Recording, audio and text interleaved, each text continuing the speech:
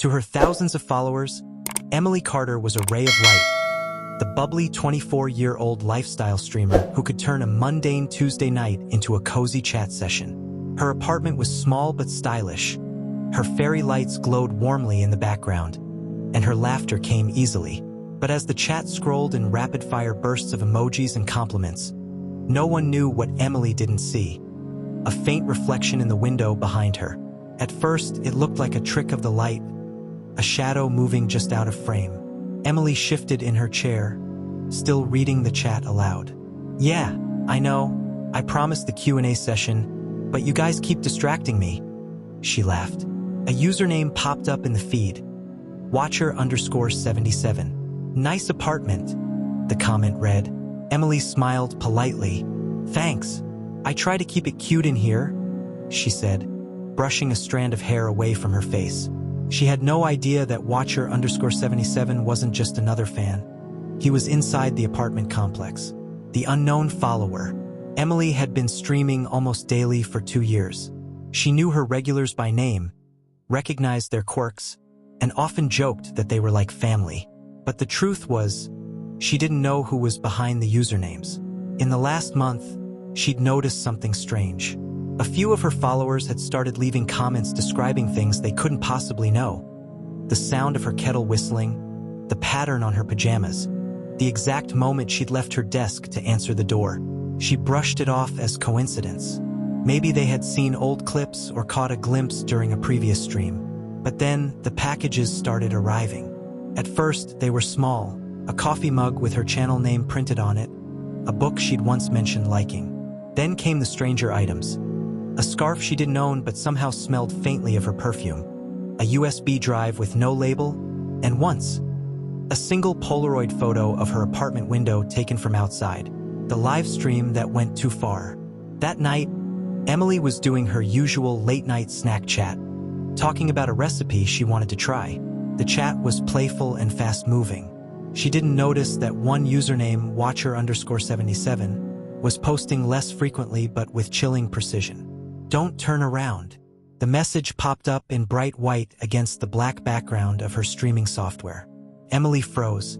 Her viewers flooded the chat with laughing emojis, thinking it was a joke. Someone typed, "OMG, it's like a horror movie." But then came another message from the same user. "You left your balcony door unlocked." Her pulse quickened. She hadn't mentioned the balcony door all night. Slowly, she glanced to the side of her apartment where the sliding glass door stood in shadow. She could have sworn she'd locked it. That's when her phone buzzed on the desk. A text message. No number, just one word: smile. And somewhere, far closer than she imagined, a camera shutter clicked. It started with a ping. Not the usual notification from a friend or a fan, but a message that made Olivia's blood run cold. "I see you." No username, no profile picture, just 3 words sent during her late-night gaming livestream. She stared at the chat box, scanning for clues.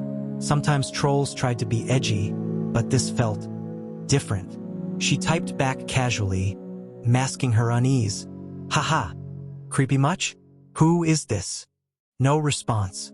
Her heart pounded harder than she wanted to admit. She was used to the spotlight, used to thousands watching her play, but something about those 3 words didn't feel like entertainment. They felt personal. The pattern begins. Over the next few nights, it became a pattern. Sometimes the messages came during her streams. "Blue hoodie looks nice. Don't drink so much coffee. Your window's open again." Other times, they appeared as private DMs when she was offline. Always short, always eerily specific. At first, she told herself it was a fan who just noticed details in the background. Maybe they were just observant. Maybe it was harmless. But the thing is, she never wore that blue hoodie on stream. She only wore it in the mornings, when she wasn't broadcasting, when the screen isn't the only thing watching.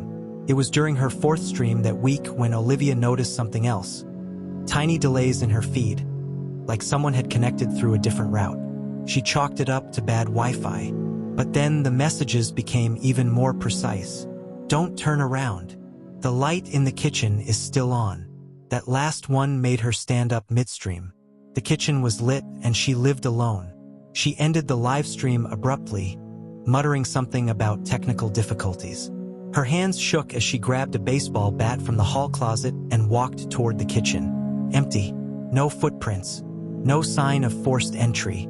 Still, she couldn't shake the feeling that she wasn't alone. The missed warning. The next morning, Olivia went to the police.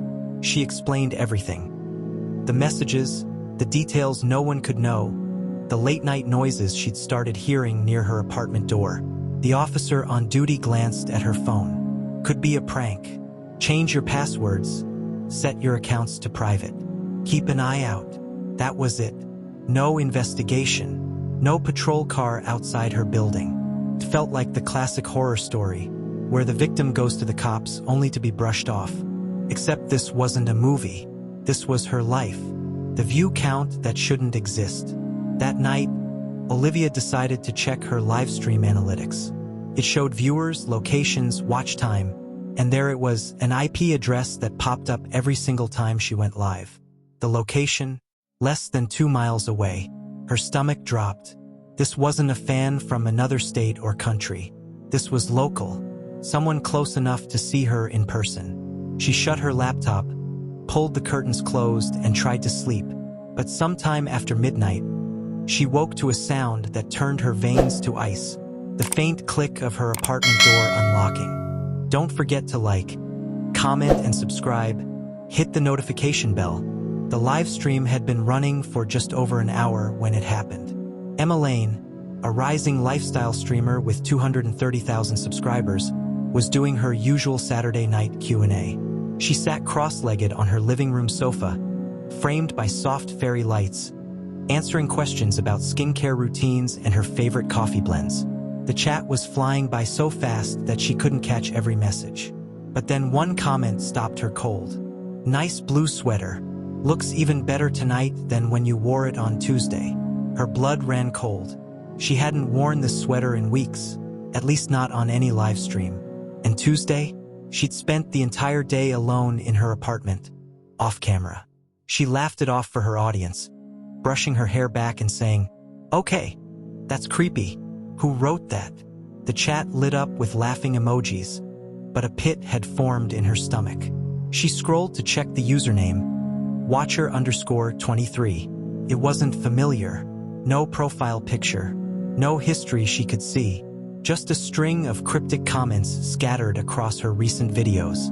Your balcony plants look thirsty. Hope you lock your windows at night. Red suits you better than black. None of them seemed alarming on their own until now.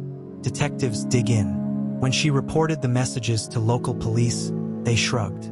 Probably just an online troll, the officer said, scribbling something on a notepad before moving on to another call. But Detective Aaron Cross, who overheard the exchange, knew better. Cross had seen cases like this spiral. He asked to see her past live streams, scanning each one frame by frame. That's when he spotted something chilling. In the reflection of Emma's kitchen window, barely visible, was the faint outline of a man's face. This wasn't just an internet stranger. He was close enough to see her inside her home, the clue no one expected. The investigation stalled until a sharp-eyed viewer emailed Emma a screenshot from the latest stream. In the background, on her bookshelf, was a small black object that hadn't been there before. At first glance, it looked like a USB drive, but Cross recognized it instantly, a mini wireless camera. If that camera was live streaming her every move, it explained how Watcher_23 knew her clothing choices and what she did when she wasn't filming. The sickening truth was dawning. Her own apartment was no longer her safe space. The trap is set. Cross knew they couldn't spook the stalker. If they did, he'd vanish, and so would their evidence. So they turned Emma's next live stream into bait. They set up hidden cameras of their own and had officers stationed nearby, ready to move the second the intruder appeared. The investigation had moved from the glow of computer screens to the tense, unpredictable streets. Detective Marlowe and her cybercrime team finally had a plan. Bait the killer with what he couldn't resist. A live performance that seemed too perfect to pass up. They partnered with rising streamer Lila Vance, whose true crime commentary channel had exploded in popularity after she began covering the murders. With her consent, they would use her next live stream as bait. Lila would broadcast from a carefully staged home setup that was actually an undercover apartment rigged with hidden cameras, motion sensors, and a SWAT team waiting just out of frame. The killer's online patterns were disturbingly predictable. He chose his victims after extended viewing, fixating on women who seemed reachable yet unaware of the danger. The police believed he was searching for an opening, a moment when a streamer would accidentally reveal a detail about their location. But this time, they would give him one. Lila sat in front of her ring light, rehearsing her lines. The warm glow highlighted her eyes, but beneath the makeup, fear simmered. She kept her composure, knowing millions of people, both innocent fans and a killer, might be watching. Tonight, she began on the live stream. I'm covering the chilling case of the Livestream stalker, a man who has been targeting online creators. As planned, she let a few subtle slips into the conversation. She mentioned she was in Midtown and referred to the sound of a nearby clock tower, details the team knew the killer had used in the past to pinpoint his victims. Behind the scenes, Marlowe's team monitored every viewer's IP address, searching for anomalies. They didn't have to wait long. A masked figure appeared in the apartment building's rear security feed, dressed in dark clothes, moving like someone who knew exactly where to go. The man approached the decoy apartment door slowly, almost reverently. He paused just long enough to take in the sound of Lila's voice from inside. Then he produced a lockpick. Marlowe whispered into her radio, "Stand by. Not yet. Wait for the entry."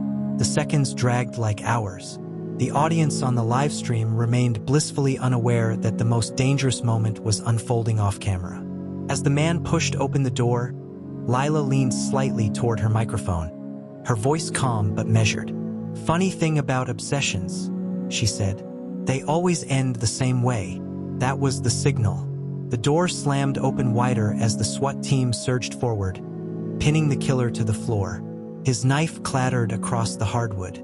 For the first time, the live stream audience saw the chaos. Uniformed officers, shouts, and a camera angle spinning wildly. The chat exploded. "Is this real? What's happening?" It was real. And for the first time in months, the killer's stream of terror had been cut off mid-broadcast. The moment Detective Alvarez and her team entered the abandoned warehouse on the edge of town, the air felt heavier. Dust floated in the cold beams of their flashlights, and every creak of the rotting floorboards echoed through the silence. The location had been flagged by the AirTag's final ping, a chilling reminder that every step they took was guided by the device that had already uncovered so much. In the center of the room, they found it, a large duffel bag, zipped shut. Alvarez's hands shook as she unzipped it, revealing the personal belongings of Emma Crawford, the 28-year-old woman whose disappearance had gripped the town for weeks. Beside the bag was something even more disturbing, a blood-stained sweater, the same one Emma had been seen wearing in her last security camera appearance. The AirTag told the rest of the story. Detective Alvarez reviewed the collected location data. The movements painted a haunting picture. Emma's final hours traced through winding roads, abandoned streets, and finally, here. Whoever had taken her thought they'd covered their tracks, but they'd overlooked the tiny device Emma had tucked into her handbag months earlier as a safety precaution. From a dark corner of the warehouse came a sound, slow footsteps. Alvarez's flashlight caught the figure of Ryan McCall, Emma's former co-worker. His face twisted between shock and fury as he realized he'd been cornered. "You followed me," he spat. "No, Ryan," Alvarez said, her voice steady. "Emma did." The confession tumbled out in pieces. A rejected advance had spiraled into an argument, which then exploded into violence. Ryan had panicked, dumping her body in a remote ravine. But in his haste, he'd taken her handbag with the AirTag still inside. The search ended where it began, with a signal from a tiny piece of tech. Days later, recovery teams found Emma's body exactly where Ryan said it would be. The community mourned, but they also marveled at how a device meant to find lost keys had brought justice to a grieving family. In a tearful press conference, Emma's sister addressed the public. Emma always said if anything happened to her, she wanted to be found. That little AirTag gave her a voice when she couldn't speak for herself. Ryan McCall now faces a life sentence, but the case leaves a lingering question. How many more stories might be solved by technology quietly watching from our pockets? As the police boxed up evidence, Alvarez pocketed the AirTag. She didn't keep it as a trophy, but as a reminder. Sometimes the smallest tools hold the biggest truths. Don't forget to like, comment, and subscribe. Hit the notification bell.